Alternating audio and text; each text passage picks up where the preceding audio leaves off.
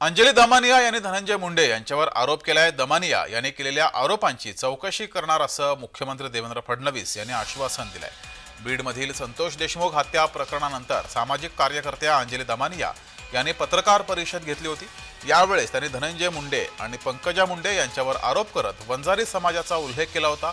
त्यानंतर त्यांना धमकी आणि अश्लील फोन आल्याचे दमानिया यांनी सांगितलंय।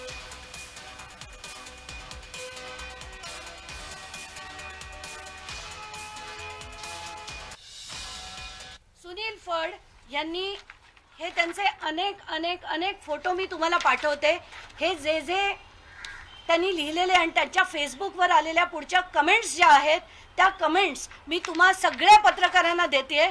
किती खालच्या दर्जाच्या, किती बेकार आणि अश्लील अशा कमेंट्स करायला लोकांनी सुरुवात केली आणि सगळ्या समाजाला भडकवण्याचं काम केलं।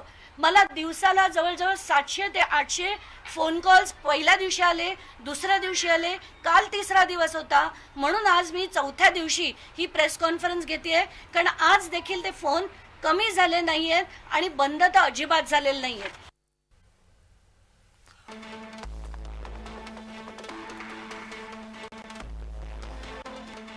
अंजली दमानिया यांनी धनंजय मुंडे यांच्यावर आरोप केलेले आहेत। धनंजय मुंडे समर्थक त्रास देत असल्याचा आरोप त्यांनी केलाय। बीडच्या वरिष्ठ पदावर सर्व वंजारी समाजाचे लोक आहेत, हे आपल्या अभ्यासातून आलेलं विधान आहे असं अंजली दमानिया यांनी म्हटलंय। बीड प्रकरणाचा तपास करणारी माणसं मुंडे कराड यांचीच आहेत असं सुद्धा अंजली दमानिया यांनी म्हटलंय। धनंजय मुंडे यांचा समर्थक सुनील फड याच्याकडून धमकीचे फोन आलेत असं दमानिया यांनी म्हटलंय।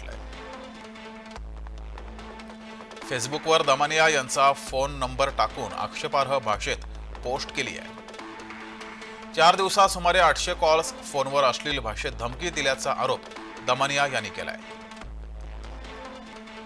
फेसबुकवर फोटो टाकून त्यावर अश्लील कमेंट्स केल्यात। सतत कॉल्स करणारे धनंजय आणि पंकजा मुंडे यांचे समर्थक आहेत असंही दमानिया यांनी आरोप केला। आपण कोणत्याही समाजाविरोधात विधान न केल्याचा दमानियांनी दावा केलाय।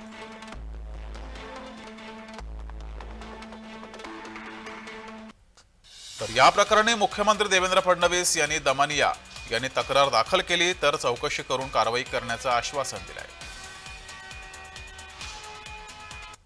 सरकार आणि पोलीस पूर्ण शक्तीने त्या ठिकाणी कारवाई करताय, निर्धाराने कारवाई होते।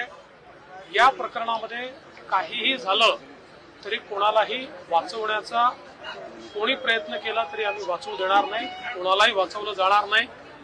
जे दोषी आहे आणि या प्रकरणाच्या अनुषंगाने जे लोक दादागिरी करतात, जे लोक हप्ते वसुली करतात, अशा सगळ्यांवर जरब बसवायचं आम्ही ठरवलेलं आहे।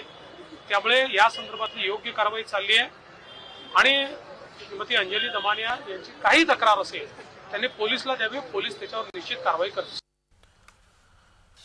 दमानिया यांनी त्यांना जीवे मारण्याची धमकी आल्याचा आरोप केला असल्यानं या प्रकरणाचा तपास झाल्यावर यातील सत्य बाहेर येईल अशी माहिती सुद्धा समोर येते आहे। ब्युरो रिपोर्ट, जय महाराष्ट्र।